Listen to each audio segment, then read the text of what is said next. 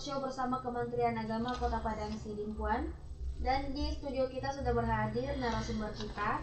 Ada Ustadz Muhammad Nuh di sore hari ini. Assalamualaikum Ustadz. Waalaikumsalam warahmatullahi wabarakatuh. Gimana kabarnya Ustadz? Alhamdulillah sehat walafiat. Mulai dari bangun tidur siang sampai sore hari ini kita ketemu Ibu Eno sehat walafiat. Alhamdulillah.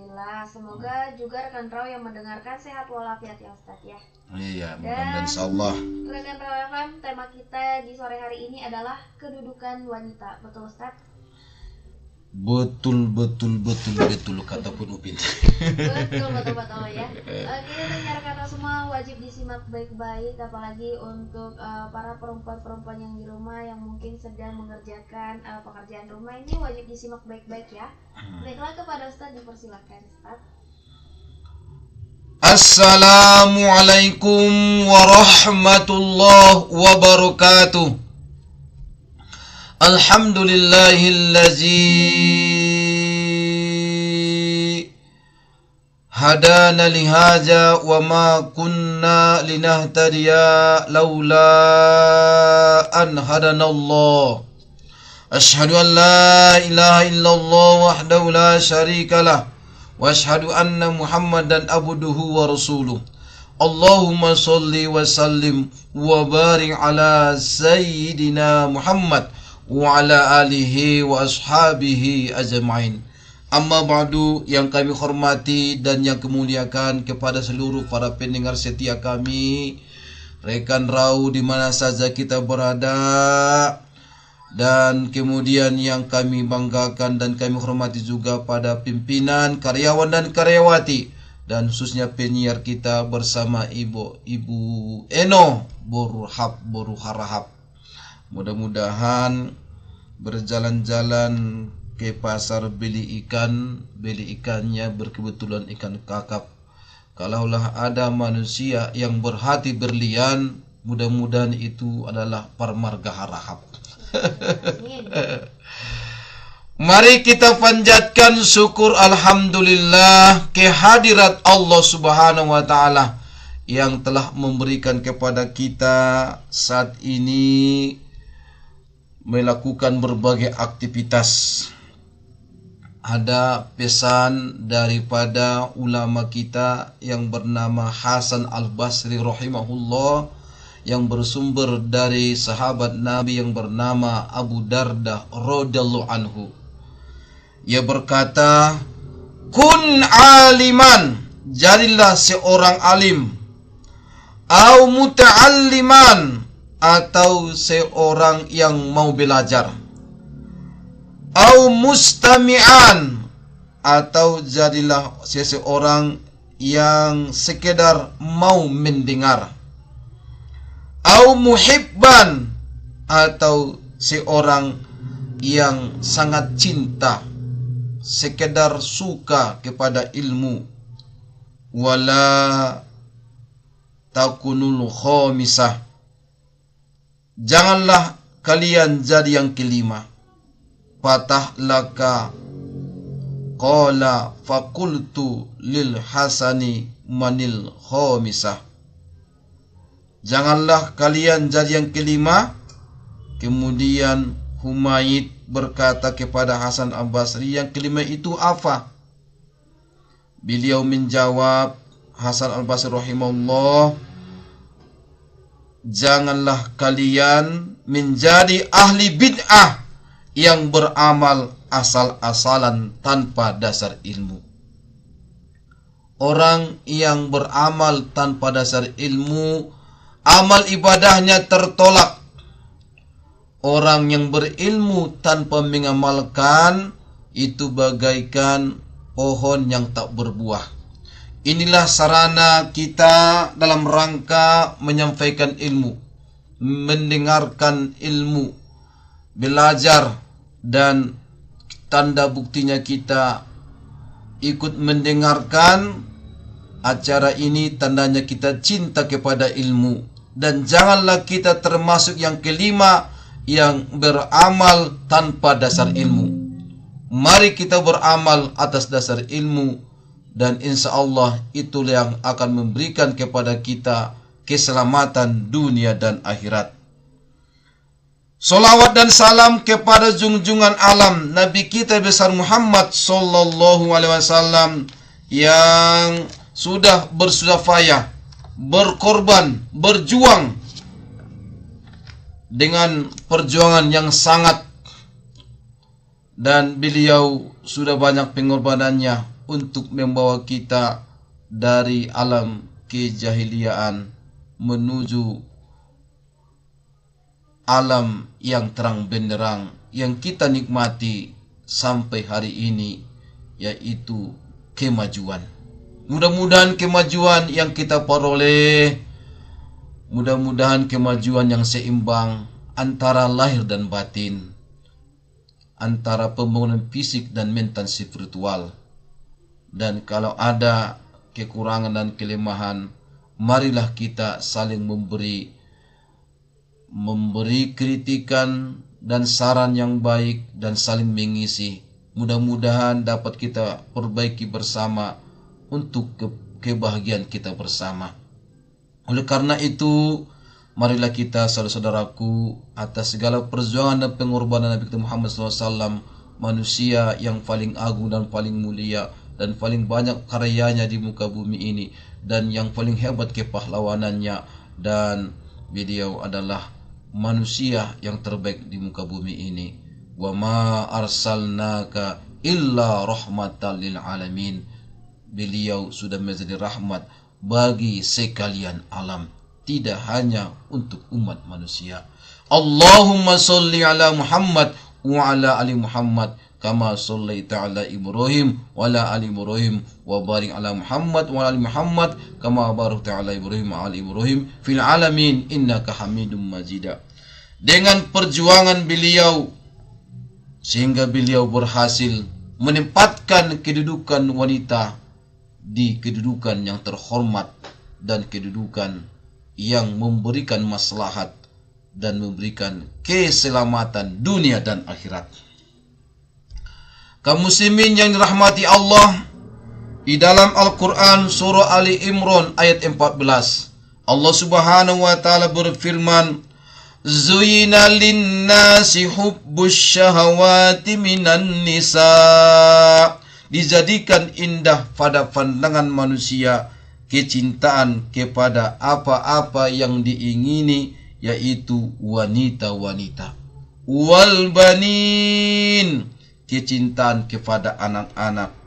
Wal qanatiril muqantarati minaz zahabi wal fidda wal khaylil musawwamati wal an'ami wal has, dan kecintaan kepada harta yang banyak dari jenis emas, perak, kuda pilihan, hewan-hewan ternak dan sawah ladang.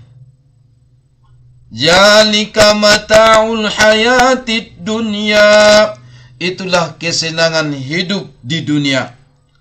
Wallahu 'indahu husnul ma'ab, dan di sisi Allah lah tempat kembali yang baik, yaitu surga.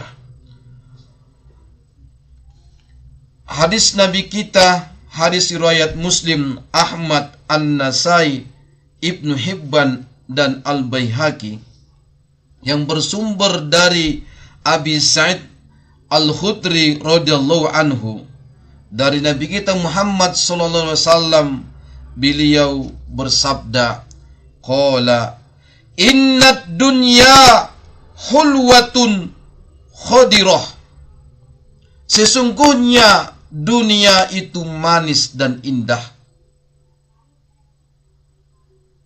Wa innallaha mustakhlifukum fiha, dan sesungguhnya Allah Azza wa Jalla menguasakan kepada kalian untuk mengelola apa yang ada di dalamnya. Fayanzuru kaifa ta'lamun, lalu dia melihat bagaimana kalian berbuat. Fattaqud dunya, dan berhati-hatilah kalian terhadap dunia. Wattaqun nisa, dan berhati-hatilah kalian terhadap wanita. Fa inna awwala fitnati bani Israil, fitnah yang pertama kali terjadi pada Bani Israel adalah kanat fin nisa, adalah karena wanita. Di dalam hadis yang lain yang bersumber dari Usama ibnu Zaid, dia berkata, bersabda Rasulullah sallallahu alaihi wasallam, "Ma taraktu ba'di ala ummati fitnatan adarru ala rijal minan nisa." Sepeninggalku tidak ada sumber bencana yang lebih besar bagi laki-laki selain daripada wanita. Hadis riwayat Bukhari dan Muslim. Saudara-saudaraku, Imam Ibnu Hajar Al-Asqalani rahimahullah, dia berkata bahwa Imam Bukhari hendak menunjukkan fitnah daripada perempuan itu tidaklah berlaku bagi semua perempuan. Tidak semua perempuan menjadi sumber fitnah dalam kehidupan, melainkan hanya sebahagian saja. Sebab Al-Quran, di dalam Al-Quran surah At-Taghabun ayat 14, Allah menjelaskan di situ, "Inna min aswajikum." Sesungguhnya di antara istri-istrimu. Berarti tidak semua istri dan tidak semua wanita, tapi sebagian yang menjadi sumber fitnah. Ternyata wanita itu bukanlah fitnah semua, tapi banyak juga wanita-wanita itu adalah sumber kebaikan dan sumber penyemangat, dan juga banyak kiprahnya dalam kehidupan, dan mereka adalah wanita-wanita terhormat dan memiliki kedudukan yang sangat tinggi dan mulia di hadapan Allah Subhanahu wa taala. Ya ayyuhallazina amanu inna min aswajikum wa auladikum aduwwan lakum fahzaruhum. Hai orang-orang yang beriman, sesungguhnya di antara istri-istrimu dan anak-anakmu ada yang menjadi musuh bagimu, maka berhati-hatilah kamu terhadap mereka. Wa in ta'fu wa tasfahu wa ta'firu, dan jika kamu memaafkan dan tidak memarahi serta mengampuni mereka, fa innallaha ghafurur rahim, maka sesungguhnya Allah Maha Pengampun lagi Maha Penyayang. Saudara-saudariku, di dalam ayat ini, surah At-Taghabun ayat 14, Al-Quran menggunakan kata aswas, artinya pasangan. Sehingga pasangan itu dalam kehidupan nyata tidak hanya terbatas kepada perempuan saja, melainkan juga bisa ditujukan pada suami yang merupakan pasangan daripada istri. Maka kata-kata aswajikum di sini tidak hanya ditujukan kepada perempuan, juga kepada laki-laki atau yang berkedudukan sebagai suami. Tidak, kita hanya harus berhati-hati kepada istri, juga seorang istri pun harus berhati-hati kepada suami. Karena suami itu bisa jadi menjadi musuh bagi seorang istri, dan istri bisa jadi musuh bagi suami. Memang betul secara naluri laki-laki memang memiliki kecenderungan untuk menyukai perempuan. Sebaliknya juga perempuan juga bisa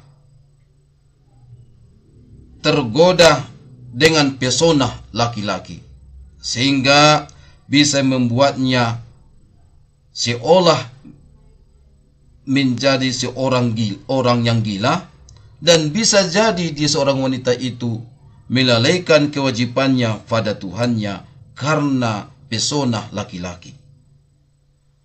Perempuan maupun laki-laki itu sama-sama berpotensi sumber fitnah bagi lawan jenisnya.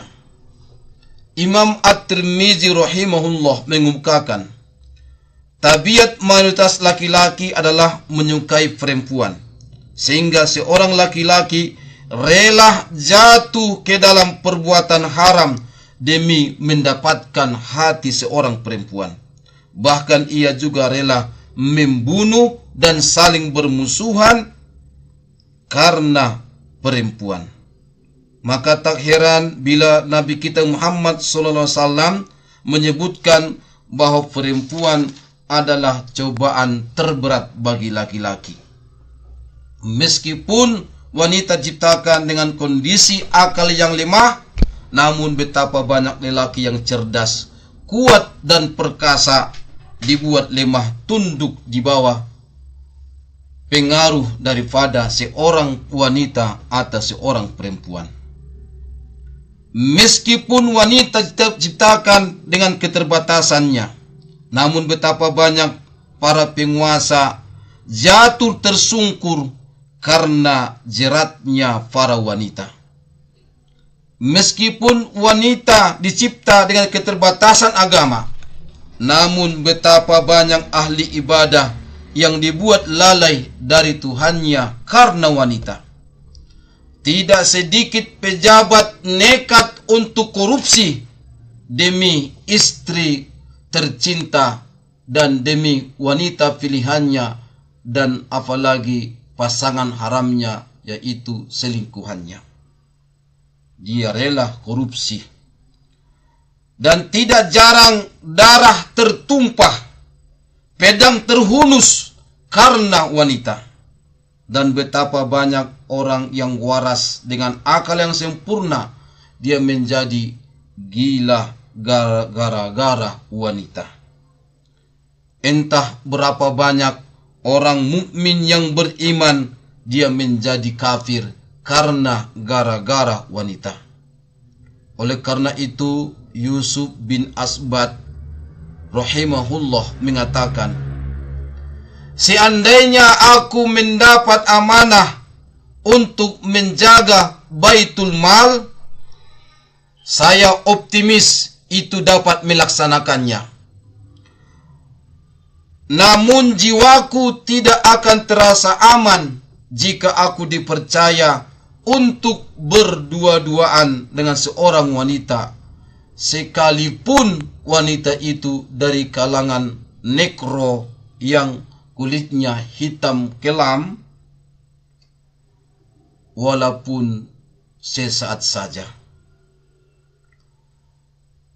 Ulama kita yang bernama Sufyan Ats-Tsauri rahimahullah mengatakan, silakan kau suruh aku untuk menjaga rumah mewah yang isinya penuh dengan harta yang berlimpah.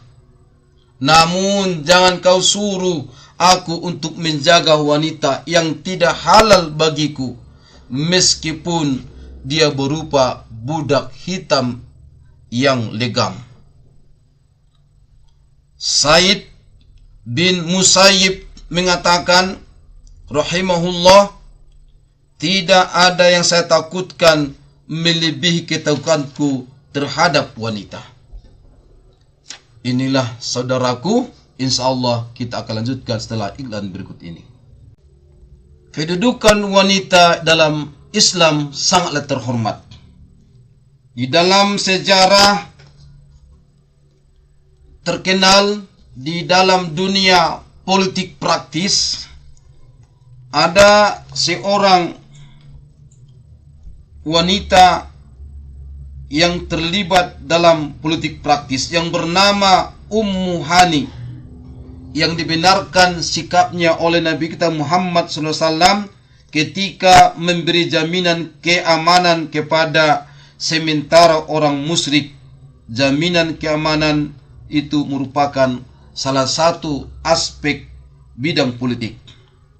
Bahkan istri Nabi kita Muhammad SAW sendiri, yakni Aisyah radhiyallahu anha, dia dalam sejarah memimpin peperangan melawan Ali bin Abu Thalib radhiyallahu anhu yang ketika itu menduduki jabatan sebagai kepala negara.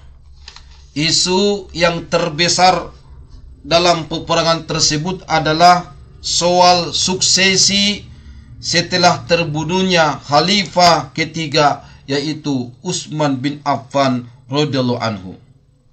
Dan peperangan itu kita kenal dalam sejarah dengan nama Perang Unta atau Perang Jamal. Keterlibatan Aisyah radhiyallahu anha bersama sekian banyak sahabat Nabi dan kepimpinannya dalam peperangan itu menunjukkan bahwa beliau bersama para pengikutnya itu menganut paham kebolehan keterlibatan perempuan dalam politik praktis sekalipun.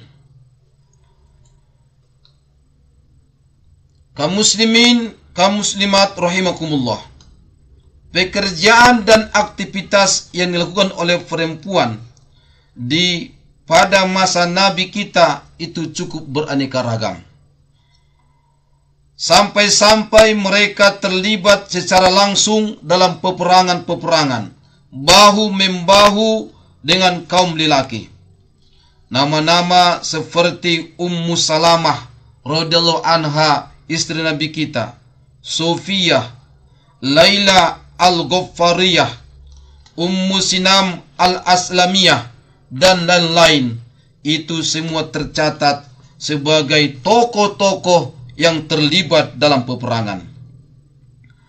Ahli hadis Imam Bukhari membukukan bab-bab dalam kitab sahihnya yang menginformasikan kegiatan-kegiatan kaum wanita, seperti bab keterlibatan perempuan dalam jihad, bab peperangan perempuan di lautan, bab keterlibatan perempuan merawat korban, dan lain-lain.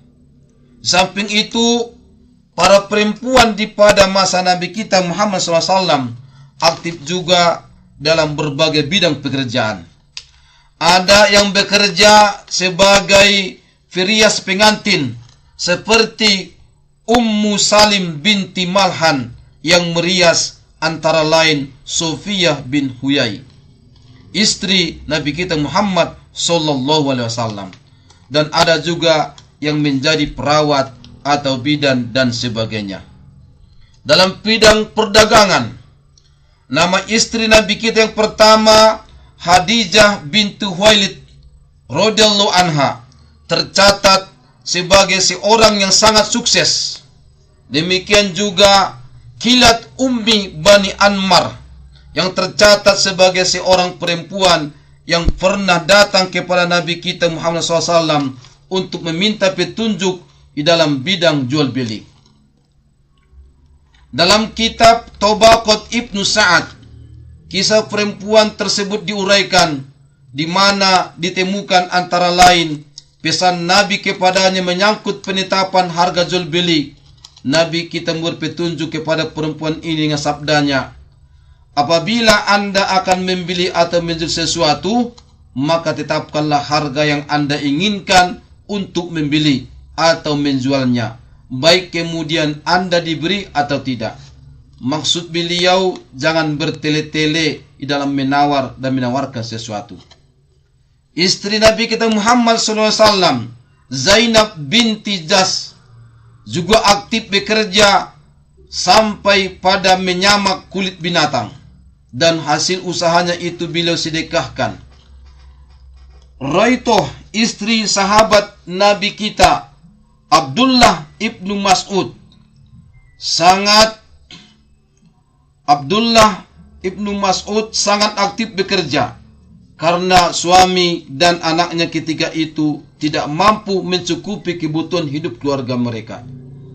Asy-Syifa, seorang perempuan yang pandai menulis, ditugaskan oleh Khalifah Umar bin Khattab radhiyallahu anhu sebagai petugas yang menangani pasar di kota Madinah.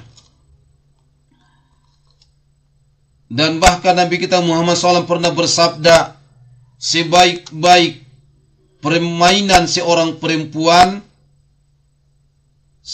perempuan muslimah dalam rumahnya adalah menenun atau memintal. Ini hadis diriwayatkan oleh Abu Nuaim dari Abdullah bin Rabi' al-Ansori.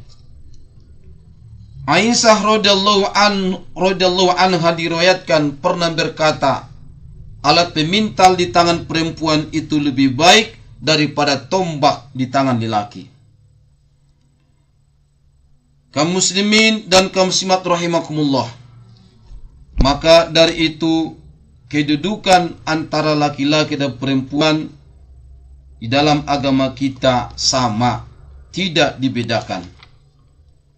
Dan di bidang pendidikan pun, ilmu pengetahuan, banyak wanita yang menonjol pengetahuannya dalam berbagai bidang ilmu pengetahuan dan yang menjadi rujukan sekian banyak tokoh lelaki. Istri Nabi kita Aisyah radhiyallahu anha adalah seorang yang sangat dalam pengetahuannya dan serta dikenal pula sebagai kritikus, sampai-sampai dikenal secara sangat luas ungkapan yang disebahkan oleh sementara ulama sebagai pernyataan Nabi kita Muhammad SAW. Ambillah setengah pengetahuan agama kalian dari Al-Humairah, yaitu dari Aisyah radhiyallahu anha. Demikian juga Sayyidah Sakinah putri Al-Husain bin Ali bin Abi Thalib radhiyallahu anhum. Kemudian As-Sayyihah Suhrah yang digelar dengan Fahrun Nisa, kebanggaan perempuan, adalah seorang guru Imam Syafi'i rahimahullah, tokoh mazhab yang pandangan-pandangannya menjadi anutan banyak umat Islam di seluruh dunia. Imam Abu Hayyan mencatat 3 nama perempuan yang menjadi guru-guru tokoh mazhab tersebut, yaitu Mu'nisat Al-Ayyubiyah, putri Al-Malik Al-Adil, saudara Salahuddin Al-Ayyubi; Syamiyat Al-Taimiyah; dan Zainab, putri sejarawan Abdul Latif Al-Baghdadi. Kemudian contoh wanita-wanita yang punya kedudukan ilmiah yang sangat terhormat adalah Al-Khansa, Rabiatul Adawiyah, dan lain-lain sebagainya.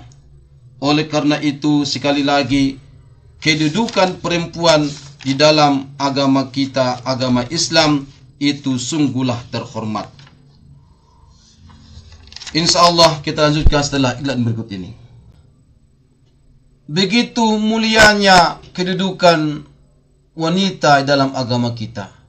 Lalu, kenapa wanita banyak yang masuk neraka? Di dalam 2 hadis Nabi kita Muhammad SAW, Nabi kita mengatakan yang paling banyak nanti yang masuk neraka adalah para wanita. Di dalam hadis riwayat Bukhari dan Muslim yang bersumber dari Imran bin Husain radhiyallahu anhu, dari Nabi kita Muhammad SAW, beliau bersabda, "At-tala'tu fil jannati fara'aitu aksara ahlihal fuqara." Aku diperlihatkan keadaan surga. Aku melihat kebanyakan penghuninya adalah kaum fakir miskin. Wattola'tu fi aksara ahlihan nisa. Dan aku diperlihatkan keadaan api neraka. Aku melihat kebanyakan penghuninya adalah para wanita. Hadis yang kedua, yang bersumber dari Abdullah bin Abbas radhiyallahu anhuma. Dia berkata, Rasulullah SAW bersabda, aritun nar, saya diperlihatkan neraka, falam aro manzorong kali yaumi qattu abzu', saya tidak pernah melihat pemandangan seperti hari ini yang sangat mengerikan. Wa ra'aitu aksaro ahlihan nisa, dan saya melihat kebanyakan penghuninya adalah para wanita. Qalu bima ya Rasulullah, mereka pun bertanya, kenapa bisa begitu wahai Rasulullah? Qala bi kufrihin, beliau bersabda menjawab, karena kekufurannya para wanita. Qila yakfurna billah, lalu ada yang bertanya, apakah mereka kufur kepada Allah? Apakah karena wanita itu kufur kepada Allah? Qala yakfurnal asiro wa yakfurnal ihsan, beliau menjawab, kufur bukan kepada Allah, tapi mereka kufur kepada pasangannya, kepada suaminya. Maksudnya mengingkari kebaikan-kebaikan suaminya. Lau ahsanta ila ihdahunna dahra kullahu summa ro'at minka syai'an, jika Anda berbuat baik kepada salah seorang wanita sepanjang tahun, kemudian dia melihat Anda sedikit kejelekan, maka ia akan berkata dan ia akan mengatakan, qalat ma ra'aitu minka khairun qad, saya tidak melihat kebaikan sedikit pun dari Anda. Hadis riwayat Bukhari. Jadi yang menyebabkan wanita banyak yang masuk api neraka karena kekufuran mereka kepada suami mereka. Karena kekufuran mereka kepada suami mereka, karena wanita ini punya tabiat, yaitu kebaikan-kebaikan suami kepadanya bisa jadi sepanjang tahun, tapi karena salah satu sedikit kejelekan yang dilihatnya kepada suaminya, maka wanita itu bisa mengatakan, saya tidak melihat kebaikan sedikit pun daripada suaminya. Mago alogo harani sadari ro udan. Musim kemarau bisa jadi hilang karena satu hari datangnya hujan.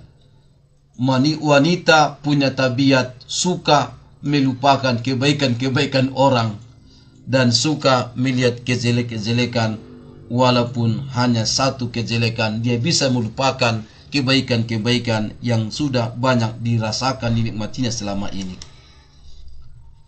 Dari Abdullah bin Umar radhiyallahu anhuma, Rasulullah sallallahu alaihi wasallam annahu qol, ya maksarun nisa tasaddaqna wa aksirnal istighfar, wahai wanita bersedekahlah dan perbanyaklah beristighfar, mohon ampun kepada Allah.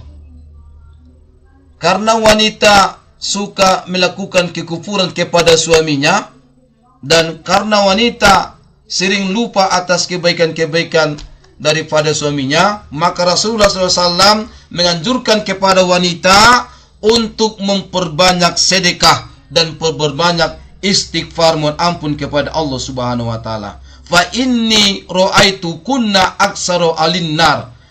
Kenapa Rasulullah menyuruh wanita untuk banyak bersedekah dan beristighfar? Karena sungguh aku lihat kalian sebagai penghuni neraka yang paling banyak. Faqalatim ro'atin minhunna zaslah, Berkata seorang wanita yang paling cerdas di antara mereka, "Mengapa kami sebagai penghuni neraka yang paling banyak ya Rasulullah?" Rasulullah SAW menjawab, "Qala tuksirnal la'nah." Karena kalian sering melaknat. Wa takfurnal ashir. Dan kalian sering mengingkari kebaikan suami. Wa ma ra'aitu min naqisati aqli wa dini aqlaba bizi lubbim minkun. Aku belum pernah melihat orang yang kurang akal dan agamanya lebih mampu mengalahkan laki-laki yang berakal dibandingkan kalian. Qalat, "Ya Rasulullah, wa ma nuqsanul aqli wad din." Wanita tersebut berkata lagi, bertanya kepada Rasulullah SAW, "Wahai Rasulullah, apa yang dimaksud dengan wanita yang kurang akal dan kurang agama?" Qala, beliau menjawab, "Wa ma nuqsanul aqli." Kurang akal wanita disebut karena fasahadatum ro'atain ta'dil sahadata rujul. Kurang akal wanita itu disebutkan karena persaksian dua orang wanita setara dengan persaksian satu orang laki-laki. Fahaja nuqsanul aqli. Inilah makna kekurangan akal bagi wanita. Wa tamkusul layali ma tusalli wa tuftiru fi Ramadan. Fahaja nuqsanuddin. Dan seorang wanita berdiam diri selama beberapa malam dalam keadaan haid dan dia pun tidak sholat karena tidak berpuasa pada bulan suci Ramadan. Fahaja nuqsanuddin. Inilah makna kekurangan agama bagi wanita. Jadi wanita itu kurang akal dan kurang agama. Dikatakan kurang akal bukan karena bodoh, tapi karena persaksian mereka dua orang wanita itu setara dengan seorang laki-laki. Dan wanita dikatakan itu kurang di dalam agama karena wanita ada masa perinya. Kalau datang haid, masa nifas, tentu wanita itu dilarang untuk sholat dan berpuasa. Jadi berkurang nilai agamanya. Bukan berarti agama Islam merendahkan dan meremehkan wanita, tidak. Tapi memang begitulah ketentuan Allah, sunnatullah keadaan wanita. Inilah supaya kita lebih faham dan lebih mengerti. Ingat, di atas kekurangan agama dan kekurangan akal, maka kepada wanita dianjurkan Rasulullah SAW untuk banyak bersedekah dan banyak beristighfar, mohon ampun kepada Allah Subhanahu wa taala, sehingga kedudukan wanita itu bisa jadi akan lebih tinggi di hadapan Allah Subhanahu wa taala daripada lelaki, karena mereka memperbanyak istighfar dan bersedekah.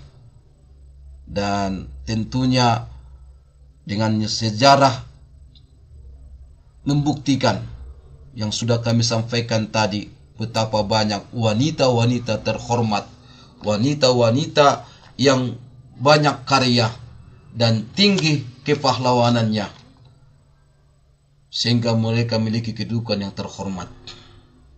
Bahkan kalau kita lihat dalam sejarah Indonesia, banyak pahlawan-pahlawan itu dari wanita. Inilah yang mungkin dapat kami sampaikan karena keterbatasan waktu yang ada. Inilah yang dapat kami sampaikan. Mudah-mudahan dapat kita pahami dan dapat kita bela bahwa wanita itu tidak ada bedanya dengan lelaki, dan wanita itu sungguhlah terhormat dan tinggi kedudukannya. Jadilah wanita yang terhormat, jadilah wanita yang termulia. Jangan kita menghinakan, merendahkan diri, dan jangan sampai kita meremehkan, mencela, dan kita menyebutkan wanita itu dengan panggilan-panggilan yang lain. Wanita itu sekali lagi adalah manusia terhormat dan mulia di sisi Allah Subhanahu wa taala. Wallahu muwaffiq ila aqwamit thoriq, billahi taufiq wal hidayah. Assalamualaikum warahmatullahi wabarakatuh. Waalaikumsalam warahmatullahi wabarakatuh. Dan rekan Raw, demikianlah untuk talk show bersama Kementerian Agama Kota Padang Sidimpuan dengan narasumber Ustadz Muhammad Nuh di hari ini. Semoga bisa menambah keilmuan kita terhadap kedudukan wanita dalam Islam, dan semoga kita semua dijauhkan dari kekufuran serta tabiat yang buruk, serta kita semua memperbanyak yang namanya sedekah dan juga istighfar. Baiklah rekan Raw, akhir kata dari Eno juga, wassalamualaikum warahmatullahi wabarakatuh.